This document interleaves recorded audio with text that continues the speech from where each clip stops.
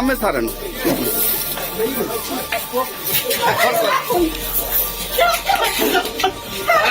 স্ত্রীকে বলেছিলেন ঢাকায় আসবেন, কিন্তু ঢাকায় না এসে পরকীয়া প্রেমিকার সাথে ঘুরে বেড়াচ্ছিলেন তিনি।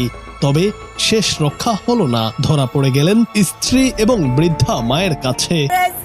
৬-৭ বছর বিয়ে করে এই বেডতে আছে, ওই একটার পর অকর্ম, একটার পর একটা করতে আছে। সংসার করবে, একবার কই করবে, আরেকবার শরীরে দিয়ে কয়। ধরা পড়ার পরও প্রেমিকের হাত ধরে চলে যাওয়ার চেষ্টা করেন স্বামী। এরপর স্বামীকে আটকানোর চেষ্টা করেন স্ত্রী। তবে নিষ্ঠুর স্বামীকে আটকাতে পারেননি এক সন্তানের জননী ওই গৃহবধূ। উল্টো জনসমক্ষে স্বামীর হাতে শিকার হন তিনি। তাই ক্ষোভে দুঃখে মাটিতে গড়াগড়ি করে কান্নায় ভেঙে পড়েন। এই ঘটনাটি ঘটেছে বরিশাল নগরীর ফজলুল হক এভিনিউ সড়কে। পথচারীরা দাঁড়িয়ে ঘটনা দেখলেও ওই নারীর সাহায্যে এগিয়ে আসেননি কেউ।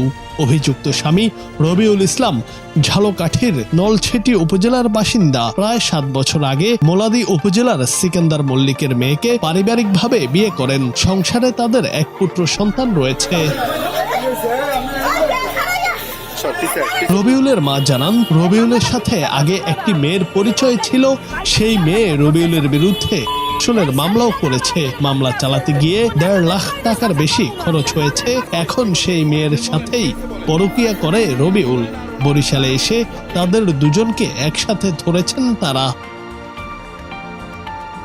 এদিকে এই চাঞ্চল্যকর ঘটনায় বরিশাল জুড়ে শুরু হয়েছে আলোচনা সমালোচনার ঝড়। জুনায়েদ আহমেদ, বাংলা টিভি।